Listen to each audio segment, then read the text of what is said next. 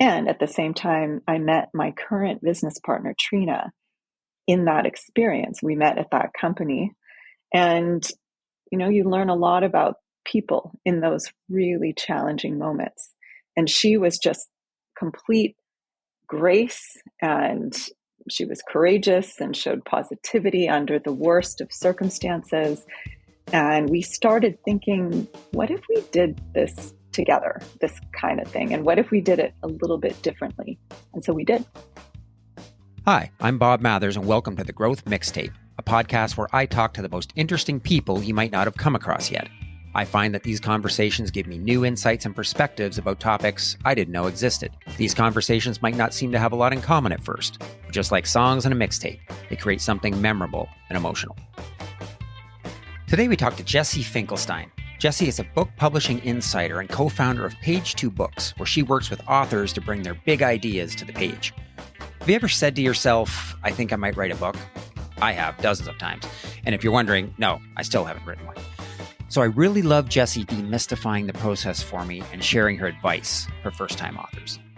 Jessie takes us through her wild entrepreneurial journey from working at the publishing house for Harry Potter, getting let go with 2 young kids at home, and eventually starting her own company. We talk about all the decisions that go into creating an immersive, frictionless experience for the reader. And it turns out it's a lot like designing any customer experience.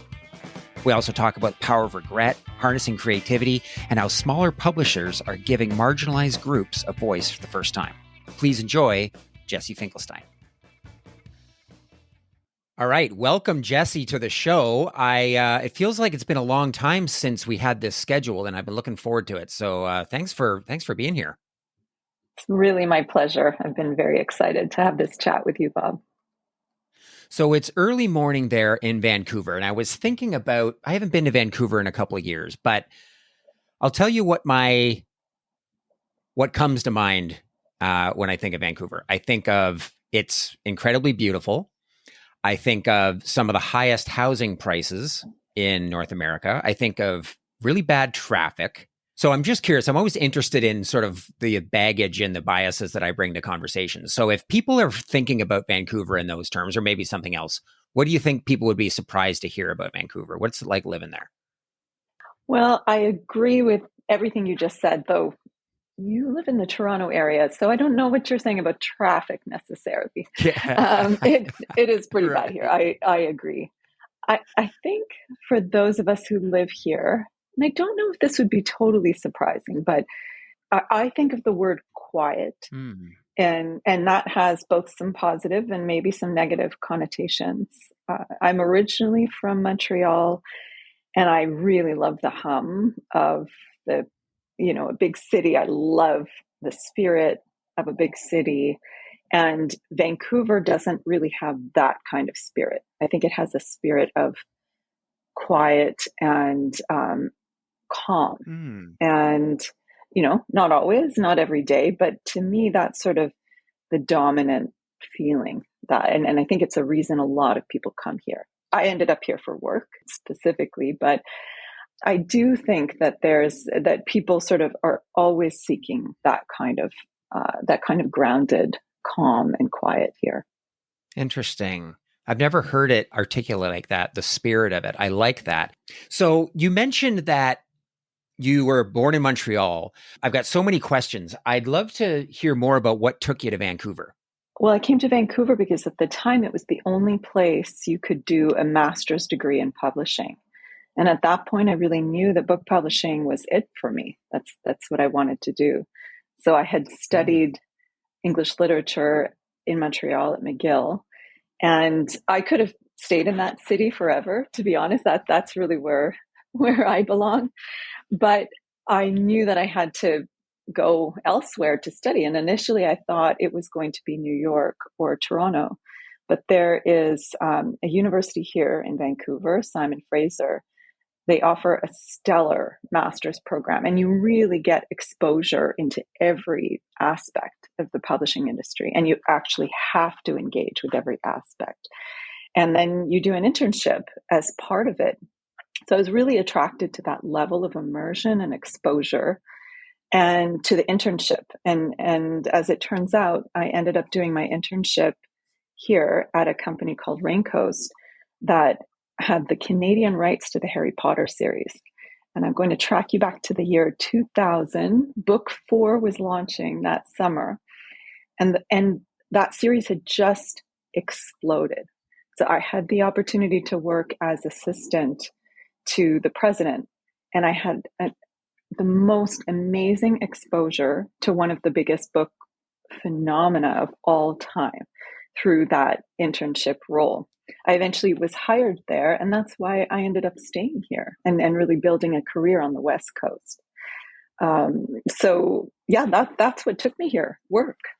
Okay, so you just mentioned a couple of really interesting things. I just want to go back to, I think, something you said at the outset. You said you knew early on that you wanted to work in publishing or something to that effect. I'm always so interested in the very few people that I find that seem to have known from an early age, or at least early in their careers, exactly what they wanted to do. They found that purpose or connection to something that, frankly, most people seem to search for their whole careers. So can you tell me a little bit more about how you knew that's what you wanted to do and where that came from? I was a bit worried coming onto your podcast, having listened to the extraordinary journeys of so many of the people you've interviewed. I thought this is going to be the most straight line conversation of any, I predict, of any of your podcast interviews. I was a book nerd. I loved books. I loved reading. I grew up reading and speaking in English and French, both. So I was so fascinated by the fact that just the way that we express ourselves in different languages, we can render parts of our personality so differently. I feel I'm a little bit different when I'm speaking in French and immersed in, the French language than when I'm speaking or reading in English. So I was so fascinated by that. I always loved reading, and it felt like the only thing I was really good at. The thing that I loved the most and the thing that I was good at was reading and being able to write in association with what I was reading. It wasn't just sort of creative writing. I was never that interested in my own writing, but I really loved writing about other people's work, studying literature, like really peering into the text. And so I knew that I wanted to work with books in some capacity. And when I started learning about book publishing, I realized, wow, in this capacity, I could be serving and supporting authors to make great books. It just felt like a really natural fit. The problem was I didn't know how to do it. And so it wasn't until my last year of university, after kind of just, reading a lot, writing a lot, and thinking, how am I going to parlay this into a career? I learned about this program, and it was really, that program was just a linchpin for everything else that followed. I mean, I know nothing about the book publishing business, so I'd love to understand a little bit. Like, what do you think people don't understand about it? Or maybe you could give just a brief overview of working for a big publishing house. How do books get made? Is that a ridiculous question? No, actually, I have two answers to your sort of multi-pronged question. So how do books get made? One of the things that I love about book publishing is that there are some aspects of the craft, the art of it, that have been quite beautifully honored and preserved by practitioners. And here I immediately think of the team we've built at my company, Page Two. When we set out to launch a company, we thought, who are the people who just are the absolute artists in each area of editorial, design, sales and marketing, production. And in some ways, a lot of what we do in publishing has looked the same for some time, with a lot of, innovation, technological innovation thrown in as well. But for example, our creative director, Peter, is a professor of typography in addition to doing design work and running a design team. And he he would tell you fascinating things about the way we use typography now. People think, oh, well, you could just kind of stick your book, run it through some kind of an online mill, basically, and have it output on the other side, and it's a book. And that's absolutely true if you're just thinking about the text itself. But if you're thinking about the reading experience, Peter would say there are elements of typography, even as we have, learned, gone from the early stages of the printing press to now knowing how to do everything on a computer. There are elements of that have been preserved for generations and built on and enhanced. So in order to create the optimal reading experience. So next time you pick up a book, take a look and see what you can notice about that. What's the intention that's gone into the way a book has been edited, for example? How many times have you read a book and thought, oh, that could have been half the length? Guess what? It probably should have been half the length. Maybe the editing wasn't strong enough. Maybe the author and editor hadn't partnered in quite the right way to create the right result. Or if you think that the text is really small, I don't know, some of us think that's just our age and eyesight. But actually, if it's been thoughtfully done, they're thoughtfully designed, you should have a really beautiful reading experience. And when you have a really good experience as a reader, you know the difference. So for book publishing, there are these phases of work and expertise we apply all the way through in the entire process, from concept development through editorial guidance on your manuscript to design and production, and then printing, all the different, you can imagine.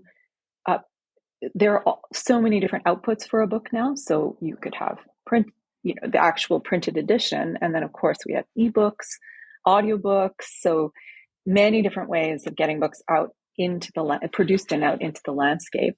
And then great sales and marketing and distribution, both digitally and in brick and mortar stores. I've just kind of outlined the process in the broadest terms. What people don't know about publishing, to answer your original question and what they might be surprised to know, is that I think we're really seeing a sea change right now in the accessibility of really great publishing options. I think for many decades, through this century and the last one, we had a scenario where there were a relatively small number of publishers that were the gatekeepers for what got published. And now it's not just that there are more publishers. There have always been, a good sort of ecosystem, at least in my experience. But there are different kinds of publishers that can help you do different things. So there's not any one way to go about this. Despite the best practices that I did mention, there are some best practices. But in terms of the overall model, there are many different ways of getting this done. And I think that what's emerged is a great diversity of options in terms of how to get your book into the landscape. God, that's amazing. I must admit, I've never given any thought when I crack a book to the thought that's gone into the reading experience, especially as, maybe attention spans, maybe I should just speak to my own attention spans. Like I'll give a book 20 or 30 pages, or I'll listen to an audiobook and give it, 20 minutes. And I don't really have much invested in it. I'm going to pay much more attention to that. And in particular, you were kind enough to share with me a couple of books from page 2. So I'm really curious to go back and see, now can I see the care that Jesse and the company put into this book compared to other ones that I might have sitting on my bookshelf? That's great. Let me know what you find out. Yes. What my team would say is that it's a positive and negative space thing. Often, if you're not an expert in publishing, and so you're not already looking for those things, you would notice when there's a point of friction, or when something was uncomfortable or didn't go right. That's what you would notice. If it's done really well, you don't necessarily notice. Like great design is sometimes invisible. Right. And it's not to say it's not beautiful. You can recognize that it's beautiful, but a design that really enhances the reading experience is meant to not get in the way. It's not intrusive. And same with great editorial. You should just be reading and immersed in the work and feeling that it's coherent and the flow really works and it just works. So I'd say if you're reading anything and you're not noticing those points of friction, it's probably a lot of thought has gone into the entire thing, as well as, of course, it being a really well-written book in the first place. That's totally necessary. I love that. I work with a lot of tech founders, and of course, we spend a lot of time thinking about the experience that they're delivering through whatever, whether it's technology or services that they're providing to their customers. And we agonize over every little thing and removing friction from the process and improving that experience. It's never once occurred to me that the kind of thought has gone into reading. That's really amazing. I love that. So a couple of other things that I just wanted to circle back on. You mentioned being at that publishing house when Harry Potter was blowing up. So what was that experience like for you, and how did maybe it inform what you wanted to do with the next season of your career? I think that experience actually taught me a lot about just really good management and good partnership. The person who was running the company at the time was, someone I still think of with such admiration. He's such a wonderful person and really thoughtful about the company, the people in the company, how we worked together. I mean, my first day on the job as his assistant, he pulled me into his office, seemed very serious. He was actually a total jokester. He said, I have some important things to share. And I thought he was going to tell me how I needed to do my job. He pointed to a whole bunch of photos on his desk and said, this is my family. These are my kids. These are my dogs. And he said, if any one of them calls me at any time and needs me, please come find me. Nothing else is more important.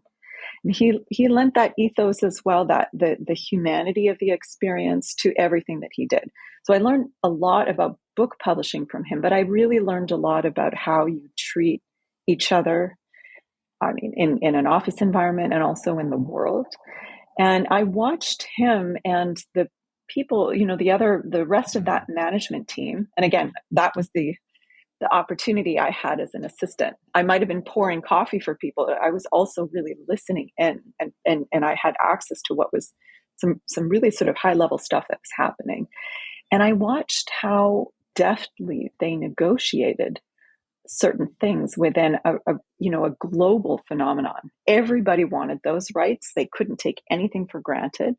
I watched how they managed the incredible opportunity that they had with that series. Some other, I think, people who were not as experienced or not as wise as managers probably would have grown in a way that was unsustainable. And they probably would have really just jumped the shark at that point, grown too fast, done too much, really tried to expand beyond their reach. And I feel that they took the opposite approach. They were really quite conservative in how they managed everything. And it was strategic. And as a result, they're still thriving today. They're in business, they're thriving, even though, of course, that series was a one-time phenomenon, really. They've had many other wins since then. And I still know them, speaking of partnership, because when Page Two, when we were ready to go and reach out for distribution partners, guess who we reached out to? So that same company is now handling our distribution within Canada. So I just learned a lot about business, I would say. Now, we also fully recognize the fact that this was a complete outlier experience. I mean, I had my boss calling me from the Sky Dome when J.K. Rowling she was on a book talk series, which normally you're lucky if you can get 30 people in seats in your local bookstore, right? That's like a great turnout. J.K. Rowling was doing a reading at the Sky Dome. We've never seen anything like it before or since. I had him calling me saying, I'm at a reading at the Sky Dome. These things do not line up. This is unprecedented. And so I got to have that sort of wild ride and just embrace the opportunity that it afforded to learn a lot about what can happen kind of at the fringes, at the outer extremes of book publishing. So we all had to take that with a grain of salt and know this isn't necessarily something you can build on. It's not, that's like winning the lottery. It's not how I've built my business, though I don't shy away from being visionary about opportunities at the same time. Yeah, that's amazing. So did you start Page Two directly from there?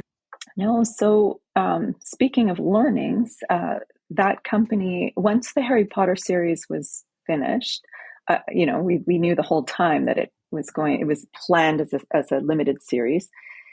The company decided to restructure, and they had been originally a distribution company. And just to be specific, the difference between publishing and distribution is effectively book publishing. You are making the books from the ground up. You're working with the authors to kind of build out the content and all the other pieces that I described earlier. Distribution, you are effectively moving inventory around. You are handling sales representation, warehousing, fulfillment, exactly what it is in other industries too. So two different related businesses. And that company had originally been a distribution company. They did some publishing, and they were very opportunistic, good for them, in taking advantage of having a publishing department that could handle a series like Harry Potter when they bought the rights and decided to publish within the territory themselves. But they closed that department, and I was laid off along with everyone else in the publishing department at the time. I was pregnant with my second child. So it was a tough moment, tender days. And I had to figure out what was next. I completely understood their decision. I'm not just saying that in retrospect, but really even at the time, I got it from a business standpoint. It made sense, but it was hard on me. So I had to then figure out what was I going to do. I found another job at another publisher. They were smaller, but they were still Canada's largest independent at the time. Initially, I was hired to be the digital assets director at the time when ebooks were first becoming a thing, right? And the whole industry was in a blind panic, thinking this is going to be our Napster moment. No one's going to read print anymore. We're all going down. And the way I saw it was, I don't know. I think this might just be an opportunity for publishing to just get books into more hands. And I think, as it turns out, that is what's in fact happened. And I'm sure you've had this experience, Bob. Some people they want to listen to the audiobook when they're in their car, and then they buy the book, the ebook or the print book, so that they can read it at home. I don't want to suggest it's all been, wine and roses. There have been a lot of challenges along the way. But I think that we have seen an expansion of opportunities within the industry. And it was a very cool opportunity for me to be one of the first people at the company doing this kind of work. So all that to say, I got that job. I was promoted ultimately to chief operating officer. And that was at a time when the company was in financial distress. To its credit, they had done an amazing job of competing with some of the really big publishers. And yet, as a medium-sized independent, that's a really, really tough place to be. You don't have the deep pockets that a multinational publisher like Penguin Random House would have if you want to kind of throw money at someone in order to be able to attract them to your house, even if you know that it's not necessarily going to earn out on book one. Maybe book two will be the big one, et cetera. As any independent sized company can't really compete at that level. And unfortunately, it went through a bankruptcy process. And that was one of the most devastating moments of my career. I spent many months trying to support, sort of sell the assets of the company, ensure a safe transition to other companies, ensure a safe transition for the staff. It was just heartbreaking. And at the same time, I met my current business partner, Trina, in that experience. We met at that company.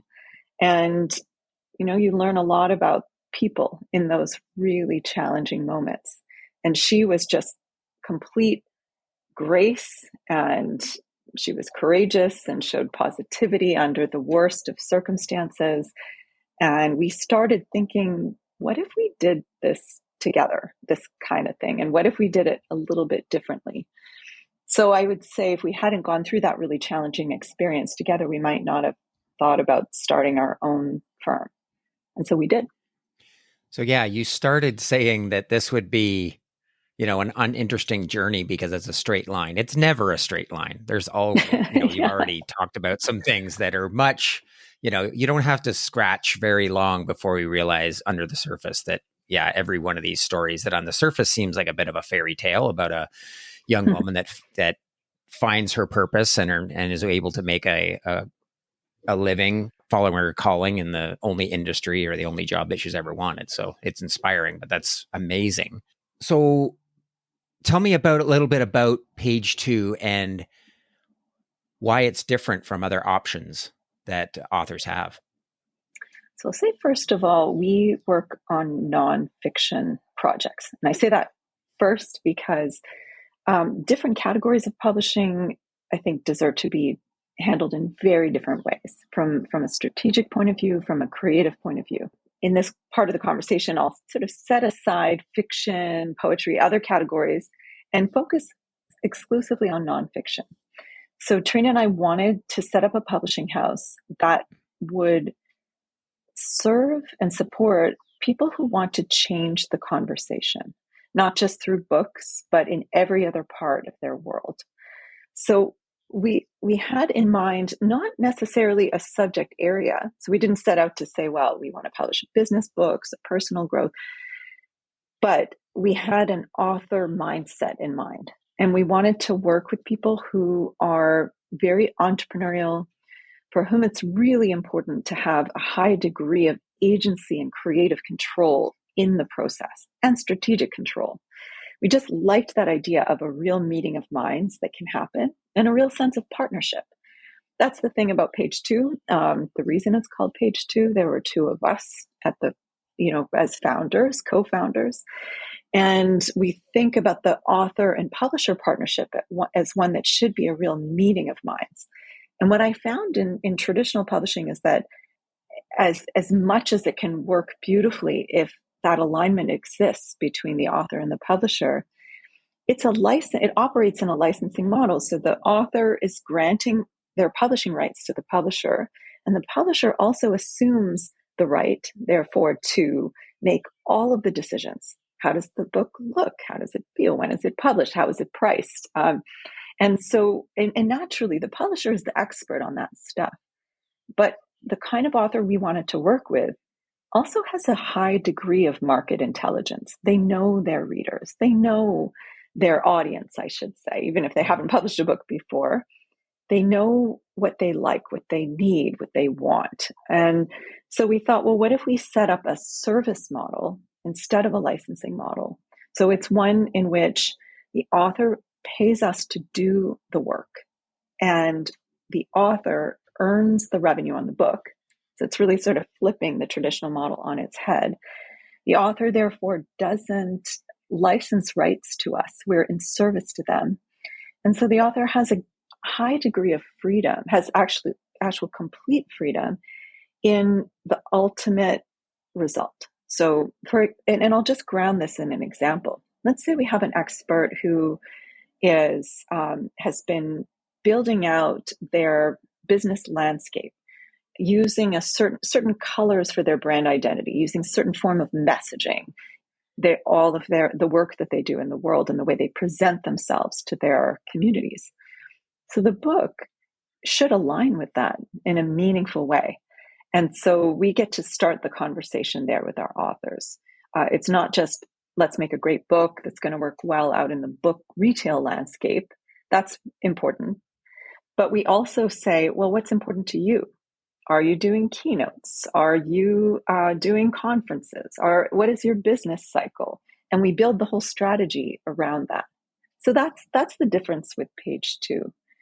We also are a boutique publisher, so we limit the number of books we publish every year, despite what I'm proud to say is there's considerable interest in our company. We really want to maintain that boutique level experience so we can meaningfully partner with our authors.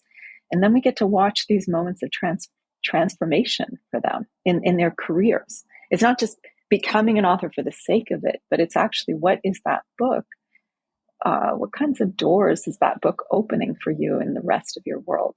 It's amazing to bear witness to that experience and actually to help be a part of it. Yeah, that's so good.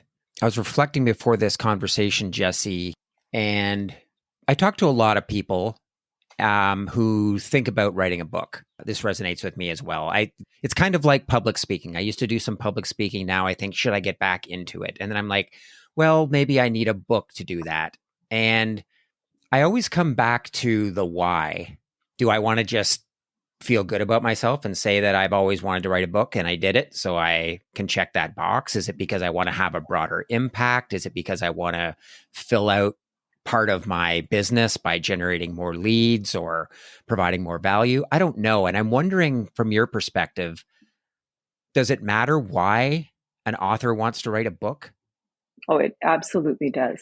If we feel that the author's why, it's not that we have anything to say about their why belongs to them. But if we feel that their why doesn't necessarily connect with what we feel they can achieve, even with our help, then the alignment doesn't exist, for instance. So let's say an author feels that they really want to publish a book because they think it's going to get them on bigger stages for public speaking. If that author is already on small stages and there's something working really well and we can work with them on a book that aligns with a keynote that then they're going to leverage to be able to get those bigger opportunities, 100% we can work with that. But if an author is doing almost no speaking and has a vision, their why is for, I want to be the next Brene Brown, or I want to be become a guru of some sort by virtue of publishing this book, and we can't see the arc readily of how one gets from here to there. We know that a book doesn't create that change. It has to be part of a more grounded strategy. And we're all about being both visionary and grounded. Back to Harry Potter, right? Sometimes miracles do happen, but we don't build and plan for that.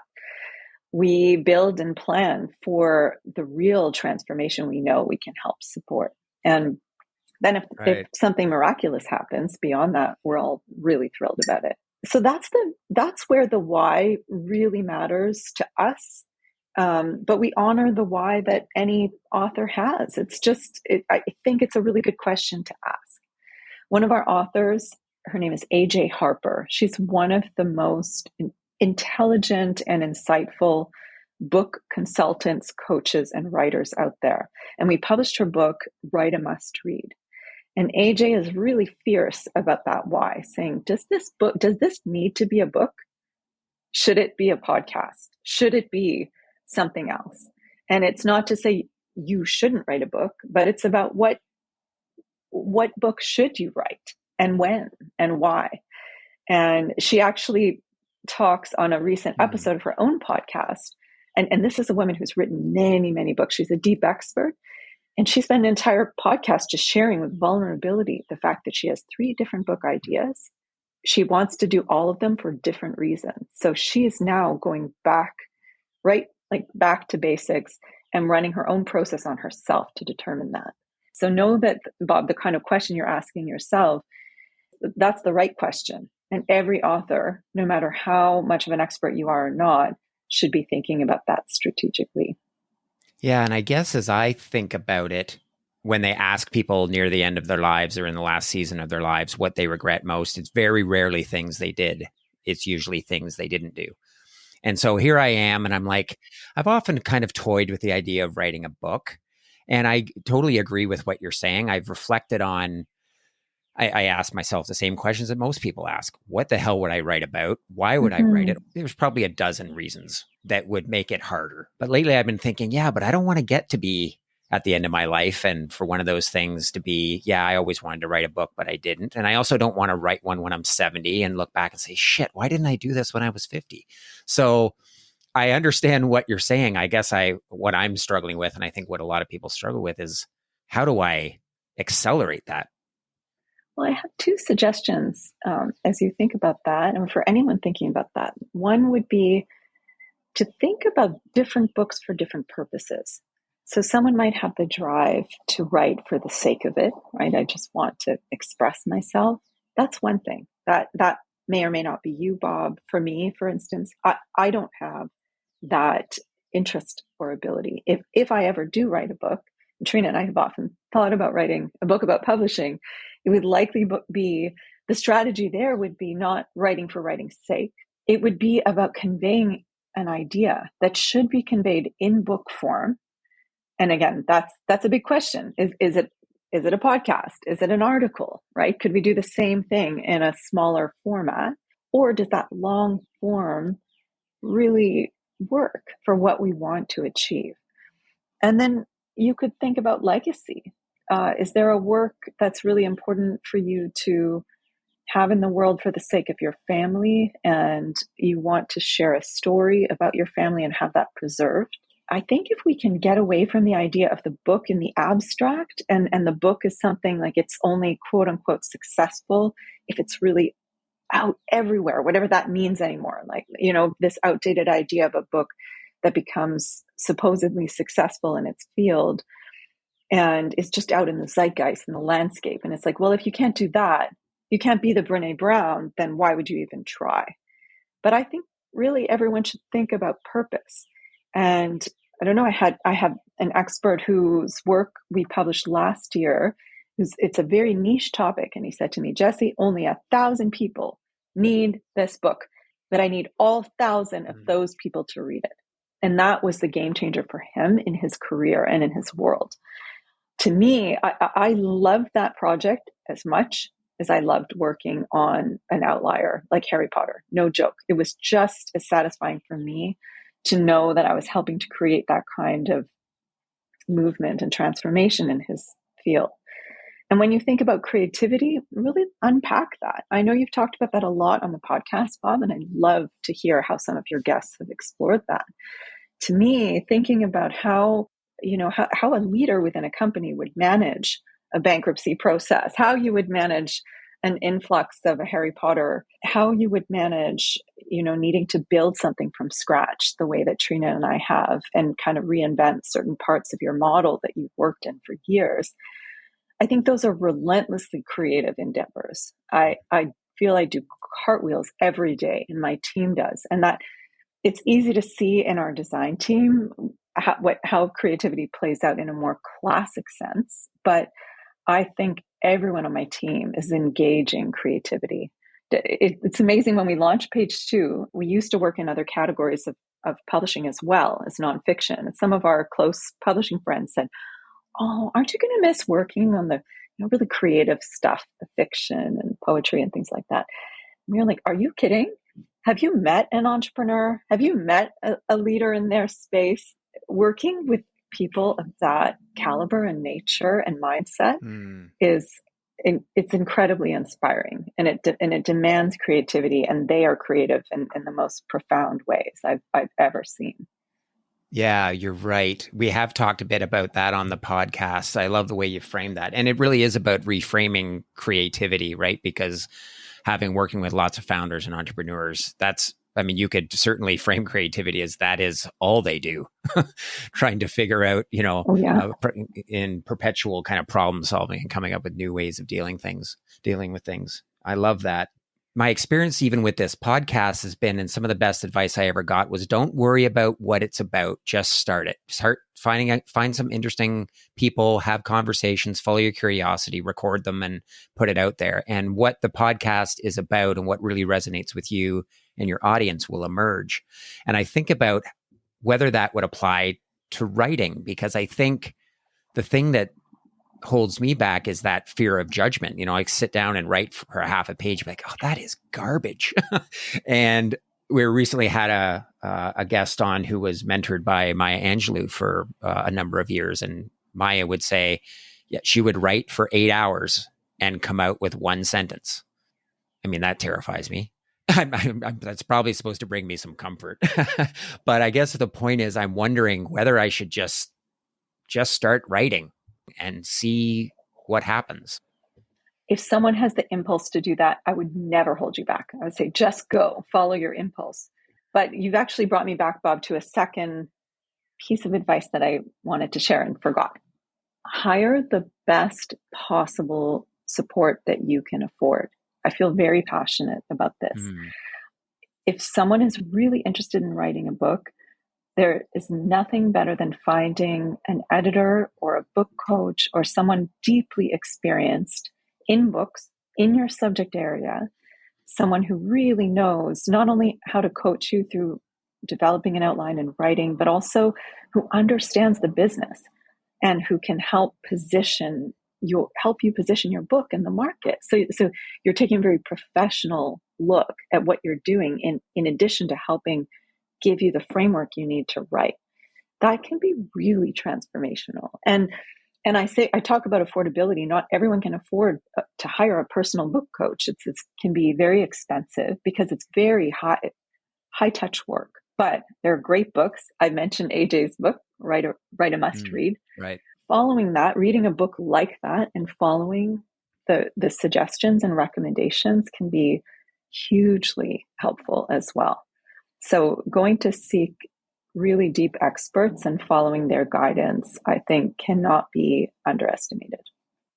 I love this conversation, Jesse. There's so many different threads I've shared with Amy before. The hardest part of having amazing conversations like this is the next 48 hours from starting right now, because I'll just be like, oh my God, how did I not ask her about this? Oh, she left that thread just dangling for me and I didn't follow up on it. Or God, I need to have another conversation with her about this. And this has definitely been one of those conversations. I mean, we've talked about creativity and your entrepreneurial journey and page 2 and advice to authors. I can't thank you enough. It's been so amazing. Just the last thing that I wanted to ask about is, what are you most excited about now?